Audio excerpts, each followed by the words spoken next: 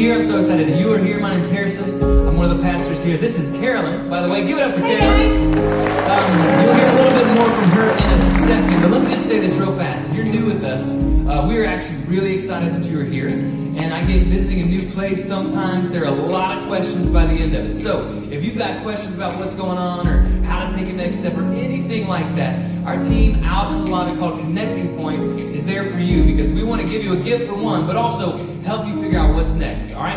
And also a lot of things going on in the life of the church. You can find those on the app. If you don't have it, make sure you download it. That'd be super helpful. All right, Carolyn, tell us what's going on. Well, first of all, I just want to say thank you, because it's because of you guys and your generosity that we get to do ministry here all week long. And when you give above your tithes to Compassion Outreach, we get to do things outside the walls of the church.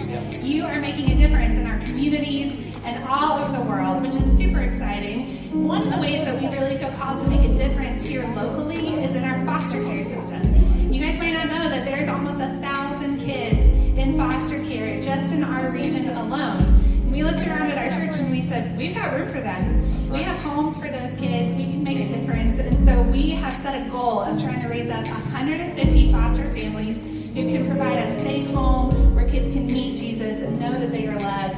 And a lot of you have stepped up to the plate for that as foster parents or as care teams to come around those families or just to pray for us in that effort. Harrison and Lindsay are on board. You jumped in. That's right. Jumped in head first, maybe. Yeah, and we're excited about that. It can be a little daunting, and so we actually got together with you and with some seasoned foster parents not too long ago to just talk about that experience. And so if you guys will have a seat, we're going to watch a quick video about that conversation.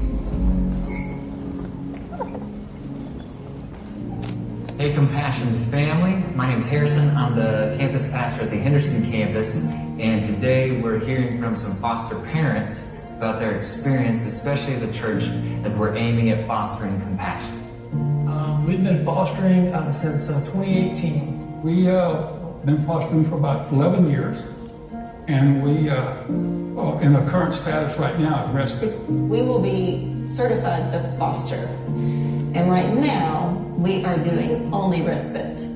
When you guys were first thinking about getting into it, did you come in with a lot of fear or concerns, or was it like, I was all in. I just always admired the foster parents that I would come across, and I was always like, man, when I get older, I'm going to do that.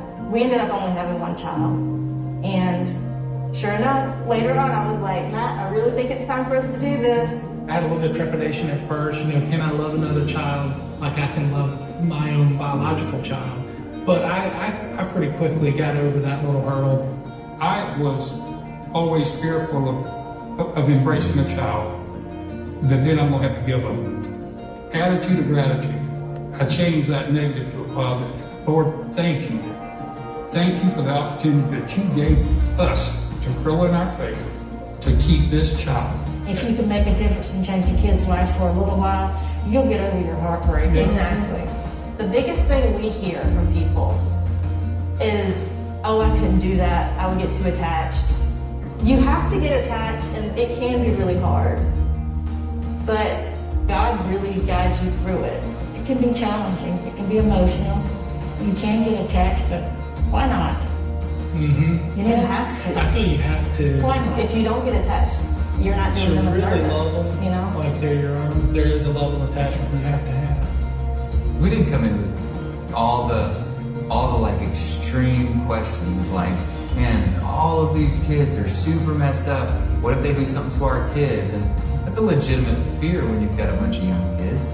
But as you go through the process, you learn so much that helps you actually frame a new reality. Like, oh my goodness. So instead of a posture of like, we gotta keep this away, all of a sudden your heart goes, oh my goodness. There are diamonds in the rough in all these kids. That's right. There are memories that you will treasure forever. One of the biggest things I've heard other people say too is you learn that it's not about you.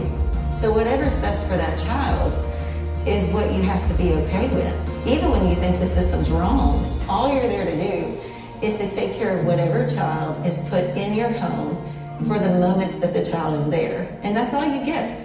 We're trying to establish this like care team mindset. So like, what if every foster family had a care team surrounding them? Having that support is the like long-term sustainable plan. We cannot do it without prayer. We cannot do it without God's guidance. And we cannot do it without a church that supports us and supports these care teams, these life groups that help us, that feed into us. It really is a village approach to fostering. You've got a lot of resources. And Loved One has helped us a Loved ton. One has been amazing. Like Dawn Fiegel. Because like if we get a placement at 2 a.m.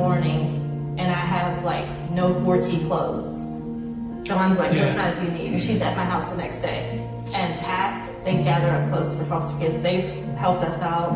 If you walk into it knowing, like you said, I've got my village, I've got my people who are with me in this, that I think that instantly changes the reality of fostering. People who are entertaining the idea of fostering can look at us as 70-year-old people. You know, there is an age limit at the beginning to be fostered. I think it's 20 or 25. But there's no end limit. So there's no excuse. There is a tremendous need.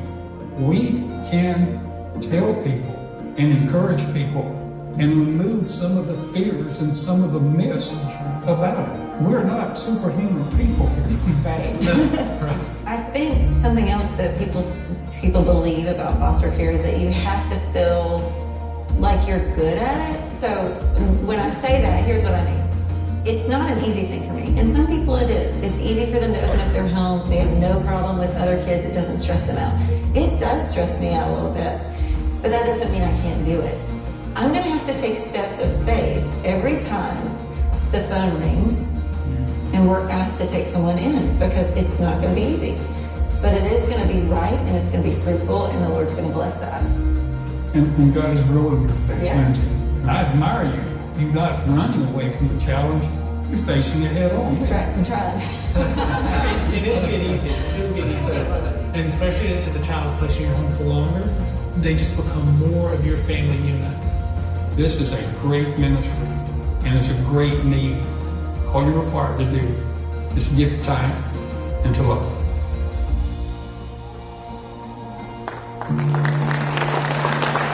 Man, that is a great story. Can we rock to our feet with us a bit more? Just a reminder that is what God's kingdom looks like. And not only that, our big prayer is that this family will experience the kingdom of God come to earth as it is in heaven. Anybody want to see that? I'm going to teach you a new song today. I want you guys to listen up, and as your kingdom, I want you to jump in with us. It just talks about our prayer that God's kingdom will come to earth as it is in heaven. Put your hands together. Here we go. We bring our praise. We bring it high.